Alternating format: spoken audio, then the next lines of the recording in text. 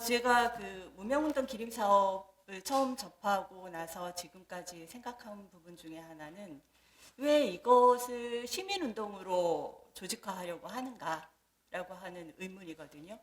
그러니까 이런 부분들을 뭐 정부 조직이라든가 지자체라든가 이런 데서 뭐 그대로 뭐 기림 사업을 할 수도 있고 뭐 어떤 조형물을 만들거나 어떤 뭐 기념물을 만들거나 할 수도 있는데 왜 굳이 시민을 끌어들이고 이 시민을 조직화해서 이런 부분들을 진행하려고 하는가라고 하는 그 어려운 길을 가려고 하는가라고 하는 데에 대한 의문이 있었습니다. 그래서 제 생각은 첫 번째로는 무명의변 기림 사업이 가치를 공유한다라는 것은 굉장히 중요한 부분이다. 그것은 가치를 공유함으로써 공동체의 역사의식을 강화한다라고 하는 것은 공동체가 존재하고 발전하는 데 굉장한 중요한 요인이다. 그러므로 이 부분들을 시민으로 끌고 와서 시민과 함께 진행한다면 이 부분에 대한 의미가 있겠다라고 생각을 했습니다. 두 번째로 볼 것은 확장성입니다.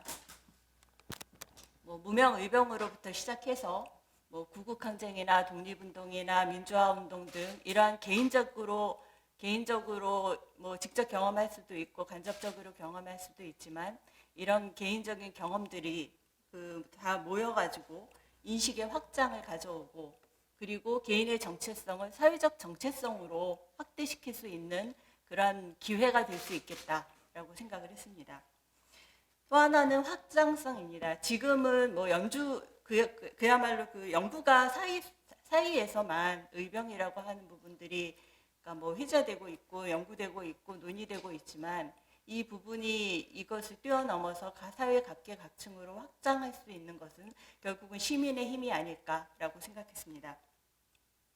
그 다음에 또 하나 이제 가장 중요한 부분 중에 하나인데 이것이 어떤 이슈 파이팅이라든가 단기간에 어떤 성과를 내고 사라지는 것이 아니고 지속성을 가지려면 결국은 시민의 지속적인 관심과 조직 그리고 조직을 통한 활동 이것만이 이 확장성을 지속성을 담보할 수 있다 이렇게 생각하고 있습니다. 그럼 우리가 생각하는 시민은 어떻게 바라봐야 되는가? 과연 시민이 주도적인 역할을 할 수 있는가? 아니면 시민이 어떠한 부분에서 수동적인 역할을 해야 되는가라고 하는 부분에서 어떻게 시민을 바라봐야 되는가라고 하는 부분입니다. 우리나라는 특히 70년대, 80년대를 거치면서 정치적인 민주화 진전이 있었고 그 부분에 대해서 많은 사람들이 그런 역사적인 그런 인식을 같이 해왔습니다. 그리고 이 진전에 따라서 시민단체가 활발하게 많이 만들어졌고 활발한 활동을 했으며 그리고 지금도 그렇지만 그러니까 정치적인 이슈나 어떤 부분에 있어서 그러니까 문화적인 부분도 마찬가지지만 목소리를 내면서 사회를 견인해 오는 어떤 그런 능력이 있는 그런 집단이다 이렇게 생각을 하고 있습니다. 더군다나 시민의 영역은 지금 같은 경우에는 국가라든가 국가행정부라든가 아니면 시장이라든가 이런 기능들을 비판을 하고 감시하고 이런 역할도 하지만은 그러니까 공공의 이익을 위한 공공사업들을 기능을 수행을 하면서 정치, 경제, 사회, 문화, 환경 전 영역에서 중요한 역할을 담당하고 있는 부분들이 시민입니다. 특히 우리나라는 앞서 말씀드린 바와 같이 그러니까 사회적으로 굉장한 격동기를 거치면서 시민의 능력, 시민의 연대와 그리고 그들의 추진력들이 확인이 됐다라고 생각을 하고 그들이 사회를 변화시키는 참여의 주체로서 충분히 나설 수 있는 능력이 있다라고 생각합니다. 그래서 사회 참여의 주체로서 저는 보고 있고 이 시민이란 시민 개개인을 말할 수도 있고 시민 단체를 말할 수도 있고 이 두 개를 합쳐진 시민사회를 말할 수도 있겠습니다. 시민단체 같은 경우에는 비영리 민간단체도 포함해서 시민 개인, 그 다음에 비영리 민간단체, 비정부 조직, 시민사회단체 이런 것들을 모두 포괄하는 개념으로서 시민이라고 하는 단어를 사용하고 싶습니다. 그러면 시민을 어떻게 조직화할 것인가라고 하는 부분에서 가장 중요한 부분은 목적과 목표를 명확하게 해야 된다라고 생각을 합니다. 그래서 무명사업, 기림사업을 통해 무명의병의 기림사업을 통해서 최종적으로 이루려고 하는 게 뭐냐? 우리가 지금 기림사업을 통해서 그러니까 무명의 횃불 이런 그 공간을 확보하려고 하는 게 최종 목표냐? 아니면은 전국적으로 어떤 무명의병과 관련되어 있는 조직을 만들어내는 거냐? 아니면 그런 조직들을 합해서 거대 중앙 조직으로서의 역할을 할 수 있는 거냐? 아니면 이 부분들이 그러니까 시민사회의 지속적인 운동으로서 발전하기를 바라냐라고 하는 것에 대해서 목표가 무엇이냐, 우리가 도달할 점이 무엇이냐라고 하는 것이 조금 더 지금 그러니까 시민과 함께 연대하는 과정 그 초기에 조금 더 명확해져야 된다 이렇게 생각합니다. 그래서 이 목적이 명확하다고 한다면 이 목적을 이루기 위해서 단기적으로는 무엇을 할 것이고 장기적으로는 무엇을 할 것인가라고 하는 목표들이 명확하게 좀 선정되어야 되겠다. 그 다음에 목표 달성을 위해서 시민사회가 연대, 시민의 조직화 전략은 가지고 있는가라고 하는 부분이 그러니까 좀 나와야 되겠다라고 생각을 하고 있고, 그 다음에 시민사회와 함께 나아가려고 한다면 우리는 어떤 전망을 가지고 나아갈 것인가 라고 하는 전망 부분을 가지고 있어야 한다고 생각합니다. 그래서 목적, 목표, 그리고 전망. 이 세 가지는 우리가 시민사회 운동으로 나아가기 위해서 반드시 가져야 할 것이라고 생각합니다. 시민단체와 연대를 한다라고 할 경우에는 그 연대의 목적이 무엇냐, 그리고 너희는 어떤 역할을 하고 우리는 어떤 역할을 할 것인가 라고 하는 부분에서 규정이 되어야 되겠습니다. 그리고 이 부분에 대해서 이런 이슈에 대해서 연대하자라고 할 것이냐, 아니면은 이 사업을 장기적으로 이끌어가고 전망을 가지고 이끌어가고 최종 목적에 도달하기 위해서 전면적으로 연대하자 이렇게 얘기를 할 것이냐, 그리고 이거 그렇다면 조직적으로 연대할 거냐, 아니면은 우리가 이런 일을 할 테니까 너네는 이런 지원을 해줘라 이런 식으로 연대를 할 거냐라고 하는 연대의 방안, 이런 부분도 그러니까 규정이 돼야 될 것 같습니다. 그리고 누구와 연대할 것인가라고 하는 데서 지역의 각종 시민단체, 특히 경기도의 각종 시민단체를 파악을 해야 되고, 그리고 이 부분에서 우리가 연대할 수 있는 부분들 어떤 부분들인지를 알아야 될 것 같습니다. 그리고 시민단체의 관계도 정립을 해야 되고, 연대의 내용이라던가 아니면 범위를 설정해서 연대를 진행해야 될 것 같습니다.